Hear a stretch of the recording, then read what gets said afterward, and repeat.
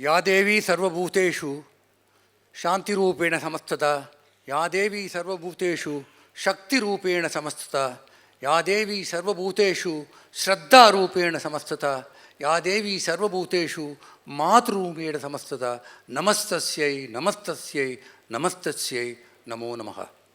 सर्वमंगलमांगल्ये शिवे सर्वार्थसाधिके शरण्ये त्र्यंबके गौरी नारायणी नमोस्तुते। Seeking the benediction and grace of the Supreme Divine, that primordial energy that rules the universe, I rise to address you today. It gives me great pleasure to welcome you all on behalf of the South Indian Education Society and the Sri Shanmukananda Fine Arts and Sangeeta Sabha to this pleasant and solemn function organized this evening as part of the International Women's Day Celebrations 2024 to greet, felicitate and honor 8 outstanding women scientists who have dominated ISRO in recent times, and the leadership of ISRO, which has contributed together for the success of Chandrayaan 3 mission. On the 23rd of August 2024, when the Vikram lander touched on the southern part of the lunar surface, history was made. India became the 4th nation in the world to have touched down on the moon, and the first one ever to have come to the farthest end, the darkest side, the southern part of the lunar surface.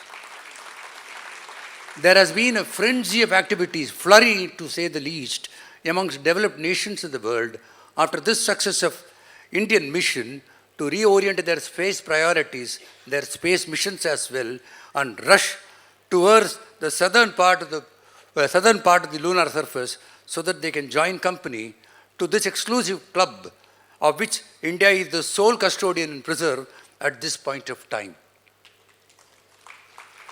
The historic success of Chandrayaan 3 had a deep impact on the Indian society. It was a resurgence of a sort. There is a greater degree of confidence and optimism that exudes the nation in the implementation of the several development projects that are currently underway and the ones that would see the light of the day in the immediate future. There has been a greater degree of enrollment of women in sciences, STEM, science, technology, engineering, mathematics, and medicine. 43% of the gross enrollment into the higher sciences in STEM is contributed by women today.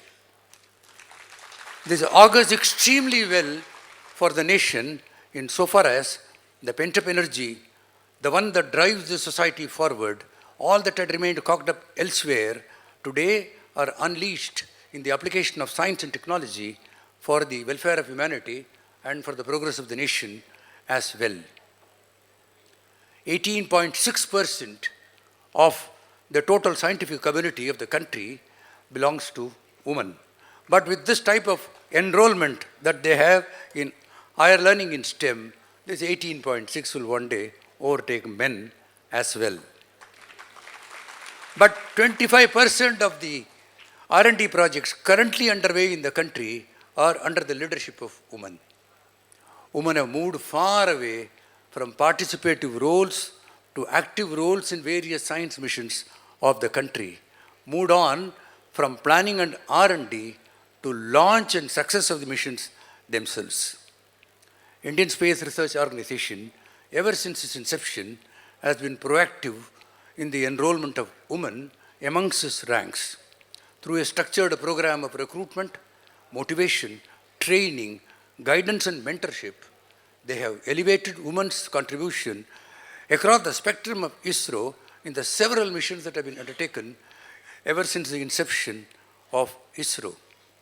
They have today moved away from R&D and participation in the preparatory work to cutting-edge technologies like Chandrayaan, Gaganyaan, the installation, the solar installation, the installation, lunar installation of India into space, and many more like Aditya 1, which has already been successfully done. Indian women of Indian origin, have had a spectacular history in the success of science missions, particularly of space, in recent times. It was Kalpana Chawla of Indian origin who first came onto the space in the space vehicle Columbia in the year 1997. But in the second expedition that she had in 2003, which met with a tragic failure, it took the life, the breath out of this young, promising astronaut. Sunita Williams, also of Indian parents, remained in space for a record period of 321 days, including the long gestation period of International Space Station in the moon, and more importantly, our penchant for spacewalks and science communication are too well known. In recent times, we have seen the outstanding achievements of several of Indian women in space, in science, particularly Tracy Thomas of DRDO, affectionately referred to as the Missile Woman of India, and Ritu Kardial of the Mars Orbital Mission of ISRO, again affectionately called as the Satellite Woman of India. To the galaxy of these stars, both in the sky and on the ground in Indian science, today join that rank these 8 outstanding women achievers who, by their extraordinary contribution, have elevated themselves to a position no less than the one that these women that I have described have achieved in recent times. And these women, along with other women workers of ISRO, walked past the Kartavya path in New Delhi, along with the ISRO tableau, on the 26th of January 2024, marking the 70th year of India's Republic. It was a cultural pageantry of a sort, a spectacle which will not go out of the eyes, but much more than that, it sent a message far and wide that Indian women have come of age and are on the rise. To the cumulative efforts and energy of these 8 women who have contributed to various degrees to the success of Chandrayaan 3 is the leadership of ISRO. Ever since he accepted and assumed the mantle of leadership of ISRO, Dr. Somanath has ensured that he had energized the entire workforce across ISRO, motivated them, given them sagacious advice and wise counsel, and more appropriately, given them responsibilities commensurate with their abilities, and guaranteed the success of all the missions that he has undertaken under his stewardship as the chairman of ISRO. He was destined to succeed because that was ordained by his parents and not by his contribution today. When they named him as Somnathan means the Lord of the Moon. Then why will he not lord over the moon? He will. His parents had decided, and today he is lording over the moon with various missions that are going on in space. Dr. Veeramuthuvel, the project director, through his complete professional planning, coordinated interface, and course correction at every stage of even the minutest defects in the launch or in any phase of the launch, has guaranteed the success of Chandrayaan 3. The achievements of all these 10 who are on the stage today, they have not only done themselves proud, their families proud, and above all, the nation proud. In honoring them, we are honoring ourselves. When Vikram lander of Chandrayaan 3 landed on the lunar surface, Shri Narendra Modi, the Honorable Prime Minister of India, named the landing point, the touch point, as Shiva Shakti, very appropriately, because he probably wanted to convey that it is a collaborative effort of both men and women of ISRO that has resulted in the success of Chandrayaan 3. But having regard to the fact that there have been 8 ladies who have been in several ancillary missions of Chandrayaan 3, which cumulated and came on to the final propulsion and launch of Chandrayaan 3 and its soft landing, it would have been more appropriate if the landing point was named as Bharatiya Nari Shakti Sthal. And then it would have sent message across to the world that their woman force too deserve to come of age, join the ranks, and contribute to the progress of the world. Moon occupied the center stage of Indian life, not only in science, in politics, in religion, and in social sector during the year 2023. Of course, the success of Chandrayaan 3 was related to science. But moon also came to center stage with the Ram Janmabhoomi, Ram Lalla's Prana Pratishta, which was done on the 22nd of January 2024, fulfilling the asta, the akanksha, the aspirations, the asmita of countless number of faithfuls across the country and even beyond. The day that was selected for the Prana Pratishta, the star for the day was Mrigashisham, symbolized by the deer of Lord Soma, the moon god. And the time that was selected was the Abhijit Muhurtam, the Muhurt which relates to Lord Shiva, who is Somanatha, and who is also Somashekara, who carries the moon on his head. So moon suddenly has come to limelight, much beyond the light it gives to you at night when the sun moves away from the horizon. India's interest in space, deep and abiding as it is not in recent times. Right from the ancient times, from the Vedic times, India had an extraordinary interest in the solar constellation. The works of Aryabhatta and Varahamihira were adequate enough to inspire this inquisitive scientific society to dig deep into the mysteries of the outer space and go beyond the mythology, the religiosity, even the andhavishwas, the superstition which are governing the outer space. Let me move a little to the status of women in Indian society. Right from the Vedic times, Indian women have enjoyed a status, a place in the Indian society no less than that of men. In fact, from the Vedic times, they were kept on a pedestal far higher than that of men or even that of the gods. That is why the Vedas said, Mata, Pita, Guru, Devam, the primacy was given to mother and the last was God. And there are Vedic injunctions like Matru Devo Bhava, worship mother as God.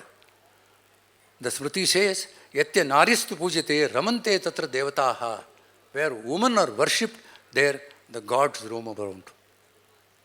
The early works of Katyayana and Patanjali indicate that women of ancient India had equal powers as that of men, had the choice to go for any profession of their choice based on their capabilities. Rigveda has enough verses which suggest that women of India of that time married at a matured age and of their free will and choice. We had in those times competitions called as Nagarabadhu, which is the equivalent of Miss World, Miss Universe, Miss India. And Amrapali is a shining example of that type of competition, even for the beauty of woman beyond what the body were to give. In Indian religion, the philosophy of Hinduism is the only one which has the concept of Ardhangini or Ardhanarishwara. Half body is male and half body is female. Conjoined together, they create the human force.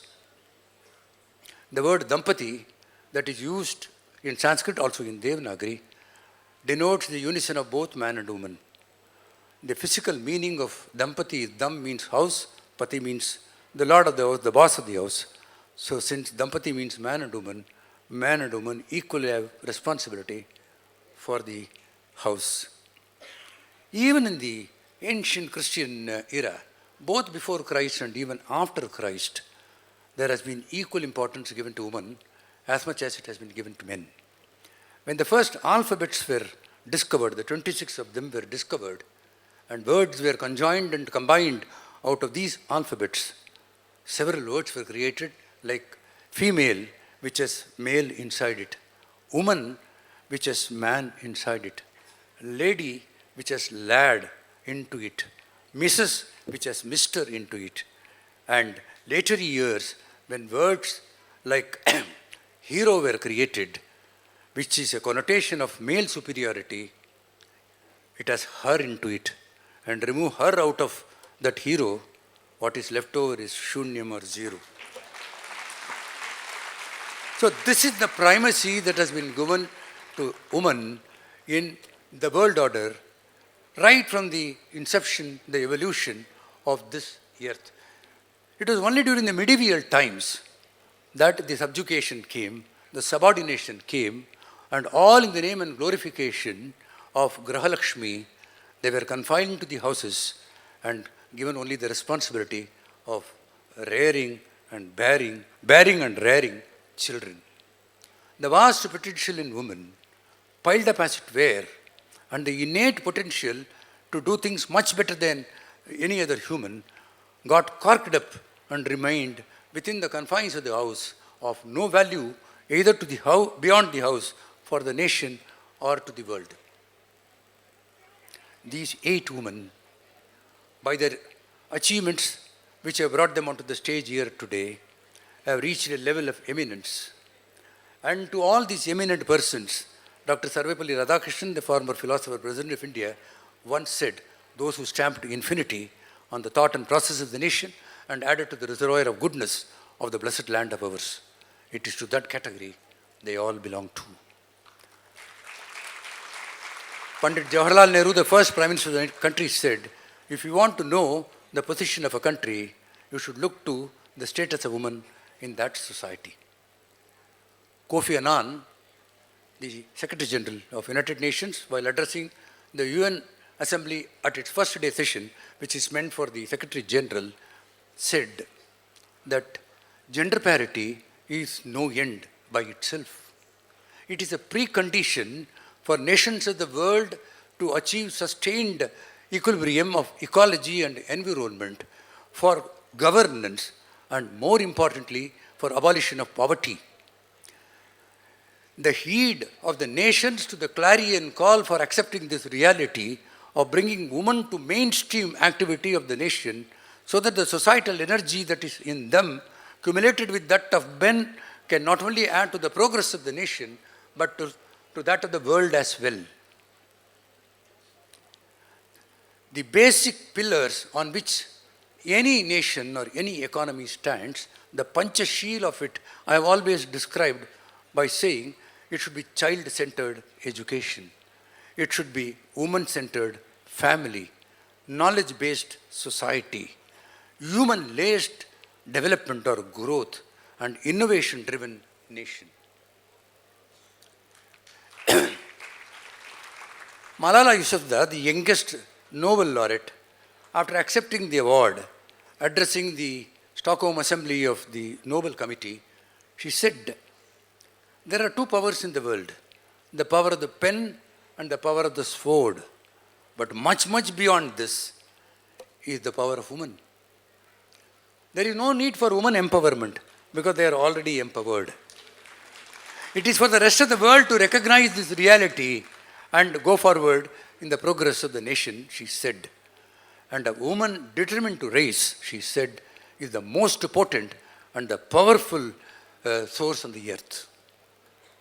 The South Indian Education Society has always recognized the contribution of the leadership of ISRO to the national progress and development through its work in the space that had made life here through weather satellites, for forecasting or whatnot, and now for even habitation in the lunar surface, made it all comfortable for all of us. We have conferred on them, the leadership of ISRO, at several points of time, the highest award of this institution, the SIS Sri Chandrashekhar Saraswati National Eminence Award. And these awards have invariably given in this auditorium, which is also called as Sri Shanmukhananda Chandrashekhar Saraswati Auditorium. These awards are in honor, memory, and remembrance of Puja Sri Chandrashekhar Saraswati, the 68th Shankaracharya of the venerated Kamakoti Peetam. He was a spiritual colossal. He was the voice of eternal India. This master of masters was like a lambent light who rekindled the spirit of the nation and brought about a renaissance in many fields of religion, thought, and process. He taught mankind groping in the dark, despite all the strides in science and technology, as to how to journey to a higher destiny and attain Atma Swaraj, the freedom of the mind. In the year 2001, this award was conferred on Dr. Krishnaswamy Kasturirangan, the then chairman of ISRO. And I am extremely proud to say that he is an alumnus of the SISI school. In later years, he was inducted as a member of the Planning Commission, and still later he was nominated to the Rajya Sabha. In recent times, Dr. Kasturirangan became the chairman of the National Education Policy Panel, which gifted to the nation NEP 2020. NEP 2020 is a 360 degrees turnaround in the landscape of education in the country. It will not only ensure that Indian education will come of age, it will be compatible to the best of best in any part of the world.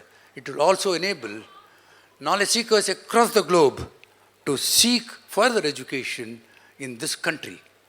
Exactly the same way that ancient India attracted through those major universities of Nalanda, Takshashila, and Pataliputra the best of minds across the world at a time when travel and commutation was not only difficult but mostly impossible to learn the 64 arts that India gifted to the world. In the year 2006, the award was conferred on Dr. Madhavan Nair, the then chairman of ISRO. Our interest in Chandrayaan almost started parallel to the interest of ISRO on the moon. So when Chandrayaan 1 was under consideration and the planning and execution was going on, in the year 2009, we honored Dr. Mailswamy Annadurai, the project director of Chandrayaan 1. In the year 2006, Dr. Kiran Kumar was blessed and decorated with this award. And in the year 2021, the award was conferred on Dr. K. Sivan, who piloted Chandrayaan 2, which almost had reached the moon. If it had reached, this Chandrayaan 3 would not have come. But then it gave the benefit of course-correcting all the failures of Chandrayaan 2, so that Chandrayaan 3 was guaranteed from day one, both by the leadership and the women force, which have backed Chandrayaan 3. On a joyous occasion like this, it is but natural that not only this assembly, this entire country will pray for the success of all future missions of ISRO, be it the Indian space station to be set up at an altitude of 120 to 140 kilometers, which ISRO and the government have committed by 2035 latest, or Gaganyaan, which will take an Indian astronaut on an Indian spacecraft onto the moon latest by 2040. The Honorable Prime Minister has already introduced to the nation the 4 pilots, the Air Force pilots, who are under various stages of training, conditioning, before they are made fit to be part of Gaganyaan. To a pointed question as to why there is not even a single woman in that team, Dr. Somanath correctly pointed out that one of the preconditions for that expedition is pilots. And if you take into account the fact today that very few of women join the Air Force, and much still lesser would be beyond the piloting. So once more women join the mainstream of Air Force, it would not be year long before some woman may qualify to be part of the later expeditions of Gaganyaan. When astronaut Rakesh Sharma touched the moon on the Soyuz vehicle of USSR, and he was connected to Madam Indira Gandhi, the then Prime Minister, she asked, "How does India look like from the moon?" And then he quoted Allama Iqbal and said, "Sare jahan se acha Hindustan hamara." I could imagine if one of the women were to be part of the Gaganyaan later expedition, and when she touches the moon, and she would tell the Prime Minister of that time, probably of the next generation, that "Sare jahan se acha Bharatiya Nari Shakti Hamara." And as I come fairly to the end of my address this evening, may the good goddess, whom I invoked at the beginning, give them all a long life. Give them a healthy life. Let them realize the purposes of their lives. Let them reach greater heights of glory, not only in their professional, but also in their personal life. And as far as the health is concerned, both for Dr. Kasturirangan and for Dr. Somnath, where some little things have come to the press, but he is absolutely fine. May we be more finer than what he is, thanks to that Shakti that drives this world, so that he will be of continued help in the progress of this nation and that of ISRO. May the good goddess bless us too, so that we can draw a leaf from the lives of all these persons, incorporated into our lives through passage of time in this eternal quest, in this pilgrimage of perfection, a little of the professional perfection, the determination, the devotion, and above all, the love for the motherland into our lives and make our lives sublime. Thank you and God bless.